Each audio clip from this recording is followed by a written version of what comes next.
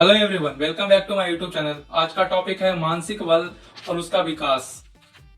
इसकी part 1 video थी मन की प्रचंड शक्ति, ये पार्ट 2 है।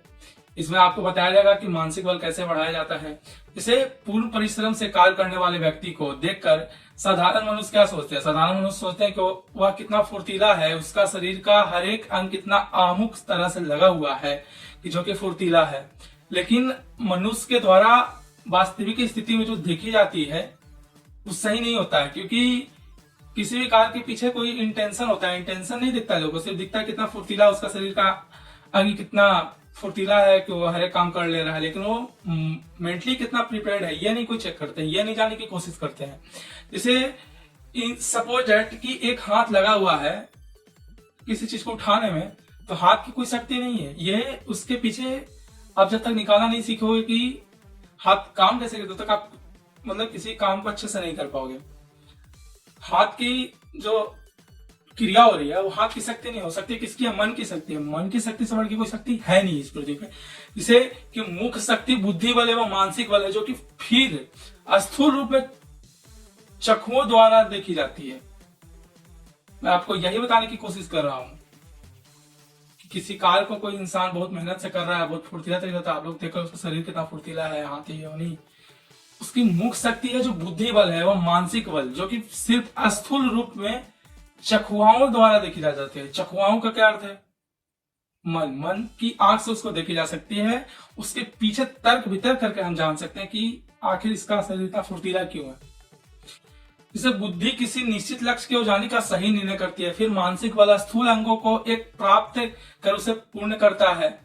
इसके तत्व को समझना आवश्यक है, तभी मानसिक शक्ति का महत्व को समझकर इसके विकास का मार्ग अपनाया जा सकता है। किसी भी कार्य को पूर्ण होने में साधारणतः दो स्थितियां होती है। प्रथम, उससे संबंध में विचार करके उसका निर्णय करना कि हमें यह करना चाहिए कि नहीं, यह कार्य वृद्धि का है या अपनी विचार शक्ति की किसी क्रियात्मक रूप देने के लिए है या नहीं है। मतलब हम ये काम कर रहे हैं, ये सही है कि नहीं है, इसको करना चाहिए कि नहीं करना चाहिए, कैसे करना चाहिए, तर्क वितर्क करके ही किसी काम को में लगना चाहिए। तो बुद्धिमान मनुष्य वही है जो पहले अपनी बुद्धि से किसी कार्य का निर्णय करे और फिर उसे पूर्ण करने के लिए मानसिक बल का उपयोग करे। ऐसा नहीं कि आप पहले कहीं कूद गए अपने शारीरिक बल के दम पर, फिर वहां दिमाग है, वहां फिर आप नहीं चल पाएंगे, तब तक आपका शरीर में कुछ ना कुछ हानि होकर रहेगा। और बुद्धिमान मनुष्य उसी को कहा जाता है। ये हम मतलब कहीं हवा में बात नहीं कर रहे हैं, आप लोग को पूर्णतः अथर्ववेद की बात बता रहे हैं। पहले किसी कार्य को निष्कर्ष कर लिया जाता है। और देखिए सबसे बड़ा प्रॉब्लम क्या है ना, कि केवल विचारों में बहते रहने वाले व्यक्ति जीवन में सफल नहीं होते। सिर्फ जो सोचते हैं कि हम ऐसा करते हैं या ऐसा होता, जैसे सोचते हैं कि भगवान जब मिलेंगे तो हम सिक्स पैक मांगेंगे, शायद करण जौहर का हेलीकॉप्टर मेरे गांव में मेरे छत पे क्रैश हो जाता है, उसको रखेंगे तो हमको फिल्म में लॉन्च कर देगा। आप ये सोच के कहीं ना कहीं अपना फ्यूचर को आप कहीं ना कहीं डाइवर्ट कर रहे हो, अपने आप को ठग रहे हो, दूसरे को नहीं खुद को।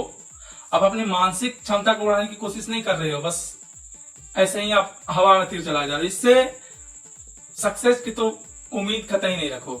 इसी तरह बिना बुद्धि का उपयोग किए बिना बुद्धि का उपयोग किए आप कुछ नहीं कर सकते हैं। विचार तो कुछ नहीं है, कार्य को प्रधानता दी जाती है, जो कार्य वही प्रधान है। अब हम माइंड में सोचे कि हमको किसी को उठाकर पटकना है, सिर्फ सोचने से हो जाएगा? अगर हम ये करना चाहेंगे तब ना, करेंगे तब ना। तो प्रधानता किसकी है? कार्य की प्रधानता है। लोग इसी को समझ नहीं पाते हैं, सिर्फ सोचने में समय व्यर्थ कर देते हैं। आप सोचे 1 घंटा ना, तो आप 2 घंटा उसके पीछे कार्य कीजिए। आपको अगर राजा बना तो राजा की तरह सोच रखना होगा और सिपाही की तरह मेहनत करना होगा। कहते हैं ना कि आज सोच आसमान में होना चाहिए, लेकिन पैर है जो जमीन पर रहना चाहिए, ताकि आपकी अपनी हकीकत लोगों को पता चलता रहे। समय बर्बाद करने से कोई फायदा नहीं है। मानसिक बल बढ़ाना अति आवश्यक है।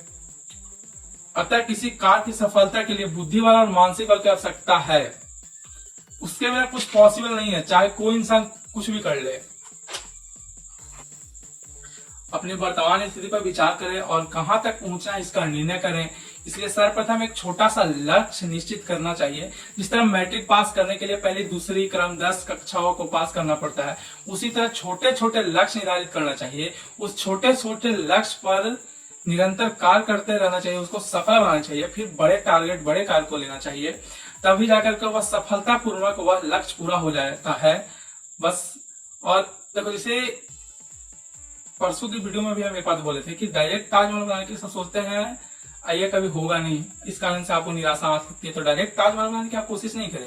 जैसे कहा जाता है क्योंकि शक्ति के अल्प होने के कारण बड़े कार्य में सफलता नहीं मिलती है। आपके पास शक्ति कम है, आप चाहो डायरेक्ट ताजमहल ठोक दें, संभव है ये नहीं है, आपको निराशा ही हाथ लगेगी, निराशा होती है। मानसिक बल बढ़ना तो दूर, या किसी काम में सक्सेस होना, पैसा कमाना तो दूर, उल्टा निराशा हाथ लगता है, हताश होना पड़ता है। अंततः सर्वप्रथम सरल मार्ग का अनुसरण करते हुए आगे बढ़ना चाहिए। इस तरह से आखिरी मंजिल तक पहुंचा जा सकता है।